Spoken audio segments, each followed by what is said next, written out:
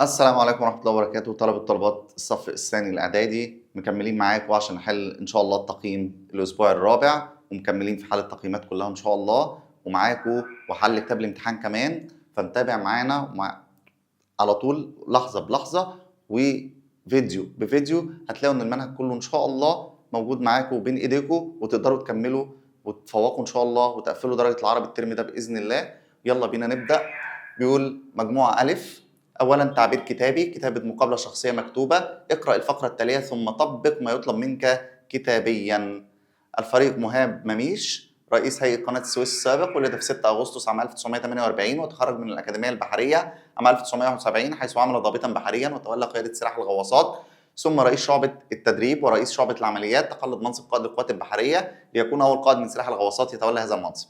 حصل على العديد من الأوسمة والأنواط والميداليات، منها ميدالية القوات البحرية المصرية ونوط تحرير سيناء، وميدالية اليوبيل الفضي لتحرير سيناء، وميدالية 6 أكتوبر 73. استعن بالمعلومات السابقة واشترك مع زميلك في إجراء مقابلة شخصية مكتوبة مع الفريق مهاب مميش. هرجع تاني يا شباب زي ما خدنا في التقييم اللي فات الثابت معايا بتاع المقابلة ونطبق عليها الكلام ده.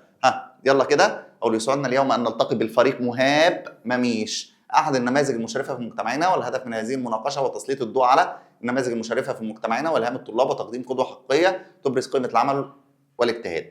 كيف بدأت مسيرتك؟ المحاور بقى اللي هو الفريق مهاب هيرد يقول لي ايه؟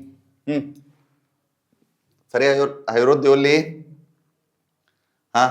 ولدت في 6 أغسطس 48، وتخرجت من الأكاديمية البحرية عام 71، وعملت ضابطا بحريا وتوليت قيادة سلاح الغواصات، ثم رئيس شعبة التدريب ورئيس شعبة العمليات. كل ده هتبقى في إجابة السؤال رقم 1. طيب السؤال رقم 2: ما الدافع الذي يمنحك القوة في أصعب اللحظات؟ إيماني بالله وثقتي في نفسي وحبي العميق لمصر. ممكن أحط سؤال هنا بقى رابع اللي هو ما الجوائز التي حصلت عليها؟ ما الجوائز أو التكريمات التي حصلت عليها؟ هو هيقول لي بقى التقييمات بتاعته إيه؟ حصلت على العديد من الأوسمة والأنواط والميداليات، منها ميدالية كذا وكذا وكذا وكذا وكذا. وارجع تاني أسأله السؤال الأخير: إيه الرسالة بتوجهها لشباب اليوم؟ أوصيهم بحب الوطن والعمل بإخلاص. وفي نهاية حديثنا مع الفريق مهاب مميش تعرفنا فيها على رسالته للشباب، حيث علمنا أن حب الوطن عمل وتضحية لمجرد كلمات. يعني احنا ثابتين في المقابلة بتاعتنا مهما كانت، هي ثابتة مع أي حد. طيب النحو بيقول: رسالة إلى ابن لي في أول سلم من المرحلة الإعدادية. ولدي كن أكثر اجتهادا من ذي قبل، واستعن بما درسته في المرحلة الابتدائية، واصغ لنصائح معلميك، وأعن من استعان بك من زملائك، فأنتم أيها الفتيان عماد الوطن. حلو كده؟ طيب أول سؤال عايز يعربه، عايزين نعرب الكلمات دي. في أولي سلم، أول سلم، يبقى سلم دي إيه؟ مضاف إليه. طب ليه ما قلتش نعت؟ ما هي نكرة ونكرة يا مستر، ما هو نكرة ونكرة احنا عارفين إن هي نعت. أقول لك حلو، نكرة ونكرة نعت بشرط إن هي توصفها. هو أنا سلم دي بصف بيها كلمة أول؟ لا طبعا، طالما مش هوصفها تبقى مضاف، إنما لو هوصفها تبقى نعت. وبرافو عليكم. يبقى سلم مضاف إليه مجرور، وعلامة جره الإيه؟ الكسرة، لأنه إيه؟ مفرد. طيب كن أكثر، كن ده ما بيفكركش بحاجة؟ بيفكرني بالأفعال الناسخة كان وأخواتها. طب وكان بتعمل إيه؟ ترفع اسمها وتنصب خبرها. كن ده فعل أمر، والفعل الأمر دايما يا شباب الفعل بتاعه أو اسمه لو كان من الأفعال الناسخة دايما ضمير مستتر تقديره أنت. عايز يقول لك كن أنت أكثر، يبقى أكثر دي خبر إيه؟ كن. خبر كن منصوب، وعلامة نصبه الإيه؟ الفتحة لأنه مفرد. طيب المرحلة الابتدائية في حرف جر، المرحلة اسم مجرور، الابتدائية هنا في ألف ولام وهنا في ألف ولام، يعني معرفة ومعرفة. ومعرفة ومعرفة قلنا إيه؟ نعت. برافو عليكم، نعت. والنعت بياخد إعراب اللي قبله. طب ما احنا عارفين دي اسم مجرور، يبقى ده نعت إيه؟ مجرور، وعلامة جره الإيه؟ الكسرة لأنها إيه؟ مفرد. السؤال اللي بعد كده عايز منادى معرب. معرب يعني ايه؟ بدور على انه مضاف، شبيه بالمضاف، نكره غير مقصوده. طيب ما تيجي نبص كده. ها قال ايه؟ مفيش اداه نداء. واحنا قلنا طالما مفيش اداه نداء اعمل ايه؟ اروح عند اول جمله، كل جمله بدايه كل جمله بعد ما قسمت كده احط يا. ها ينفع اقول يا رساله لابني؟ لا. طب ينفع اقول يا ولدي كن بارا؟ ينفع، يبقى ده منادى. ولدي دي ايه؟ منادى. كم كلمه؟ كلمتين، عشان اضافت لياء المتكلم، وطالما اضافت لياء المتكلم تبقى منادى مضاف. يبقى المنادى المعرب عندي كلمه ولدي. بين نوعه، لسه قايلين مضاف. طيب عايز منادى مبني. مبني يعني نكره مقصوده او غير مقصوده.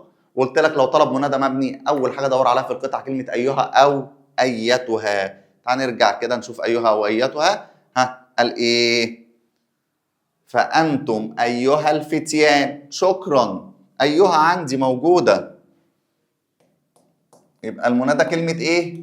اي، والهاء حرف للتنبيه. طب نوعه قلنا على طول نكره مقصوده.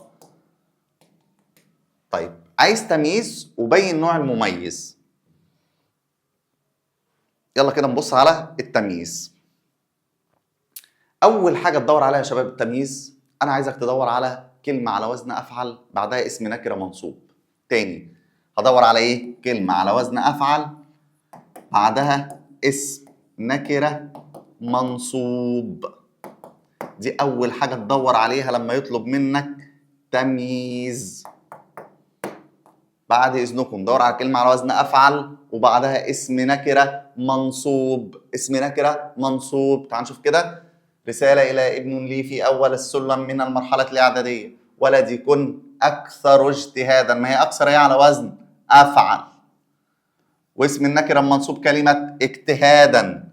يبقى انا عندي كده ايه؟ اجتهادا. نوع المميز ده ملحوظ ولا ملحوظ؟ لا ملحوظ على طول. اسمين احدهما مبدوء بهمزه قطع والاخر مبدوء بالف وصل. احنا اتفقنا الف الوصل اي اسم الف ولام. يبقى اول قطع والمرحله وصل. اول قطع والمرحله وصل. فعلين احدهما مبدوء بهمزه قطع والاخر مبدوء بالف وصل. فعلين. استعن الف وصل. اصغى.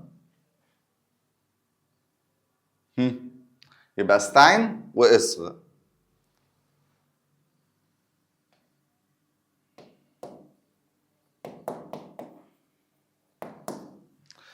يا محب مصر دلل على حبك بالعمل. سن الجمله. قلنا قبل ما سن واجمع لازم اعرف نوع المنادى. يبقى المنادى هنا مضاف. يبقى اقول يا محبي مصر دل لا على حبكما بالعمل. بعد كده عندي الايه؟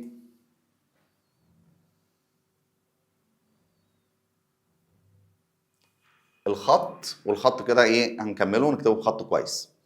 باء برضه تعبير كتابي هيديك معلومات عن شخصيه وهنكتب عنها. شخصيه النهارده محمد توفيق علي، ولد في محافظه بني سويف، حفظ القران الكريم وهو ما يزال صغيرا، ثم رحل الى القاهره للالتحق بالمدرسه الابتدائيه حيث حصل على الشهاده الابتدائيه. تخرج في الكليه الحربيه برتبه ملازم تاني وانضم لاحد فرق المشاه بالجيش المصري في السودان، فكان له دور الوطن المشهود. هنشتغل على ده بنفس اللي قلناه في اللي فات، اللي هي يسعدنا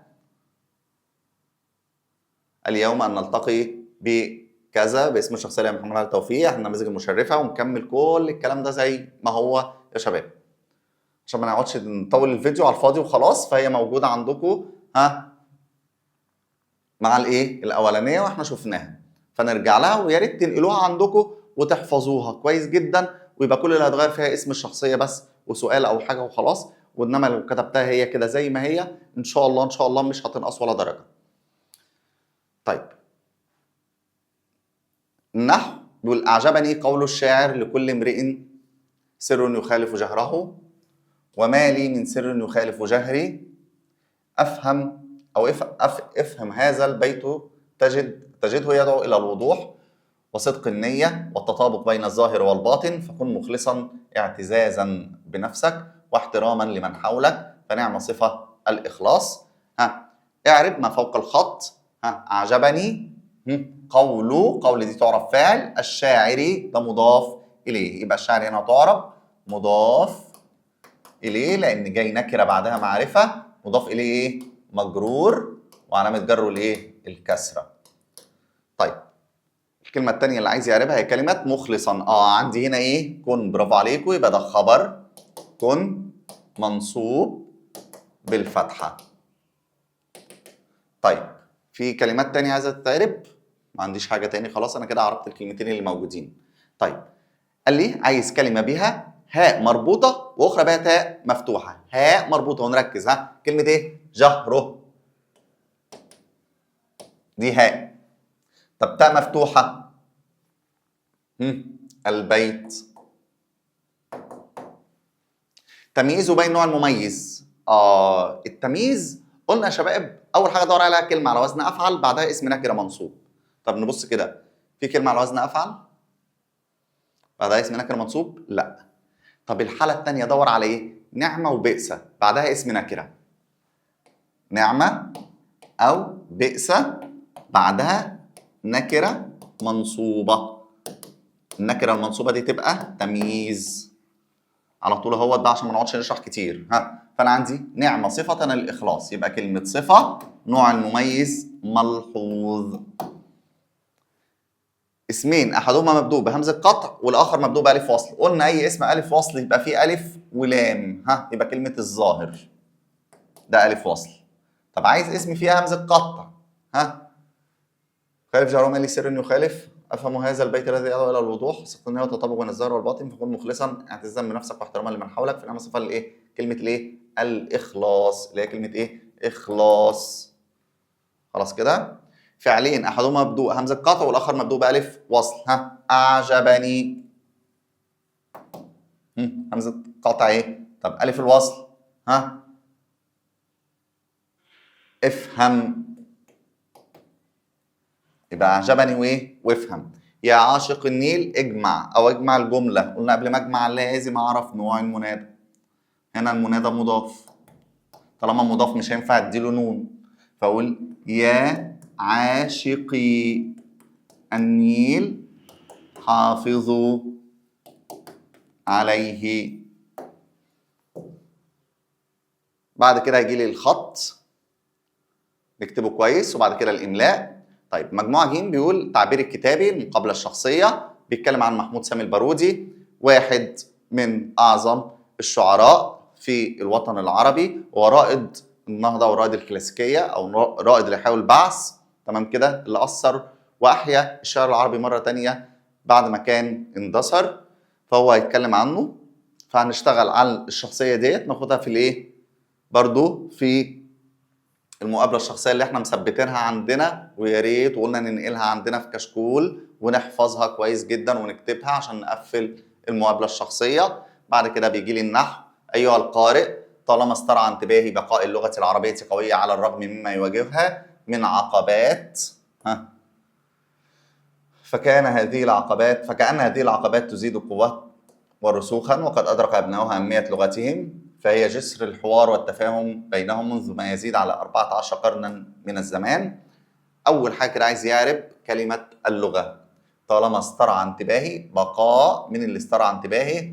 بقاء اللغة، يبقى دي مضاف إليه نكرة ومعرفة، مضاف إليه مجرور وعلامة جره الإيه؟ الكسرة. طيب وتزيدها قوة، تزيد قوة. مين اللي هتزيد؟ العقبات. ماذا تزيد؟ تزيد الايه؟ اللغة. ماذا تزيد اللغة؟ قوة ورسوخا. يبقى القوة هنا تعرب ايه؟ مفعول به ايه؟ تاني منصوب بالايه؟ بالفتحة. أدرك، مين اللي أدرك؟ أبناؤها. ماذا أدركوا؟ أهمية، يبقى ده مفعول به ايه؟ أول منصوب بالفتحة. عايز منادى. أيها، أهي بدأ بأيها. قلنا لو لقيت أيها وآياته على طول اعربه منادى مبني على الضم في محل نصب. في محل ايه؟ نصب. ضميره يبين نوعه. ها تعال ندور على ضمير. في ضمير منفصل عندي؟ ها محدش يروح يقول لي هذه اسم اشاره. ها مفيش ضمير منفصل. خلاص دور على ضمير متصل. ها عندي كلمه ايه؟ يواجهها. طب انا عندي ضمير منفصل اهو. هو يا مستر انت ما خدتش بالك منه ولا ايه؟ ها يبقى هي نوعه ايه؟ منفصل بارز منفصل غائب. تمييز وبين نوعه. تمييز وبين نوعه. ها ادور على كلمه على وزن افعل. دور على نعمه وبئس. طب ما فيش ده ولا ده يا مستر. دور على عدد رقم وبعديه كلام. ها قال 14 ما هو عدد. قرنا يبقى كلمه ايه؟ قرنا. طب ده تمييز ملحوظ ولا ملفوظ؟ لا ده ملفوظ. اللي بعد العدد بيبقى ايه؟ ملفوظ. اسمين احدهما مبدوء بهمزه قطع والاخر مبدوء بالف وصل. ها عندي كلمه ايه؟ اي كلمه اولها الف ولام وصل تبقى ايه؟ الرغم. طب الف وصل همزه قطع اهميه. فعلين استرعى ده ايه؟ وصل. طب القطع عايزين فعل اوله همزه قطع.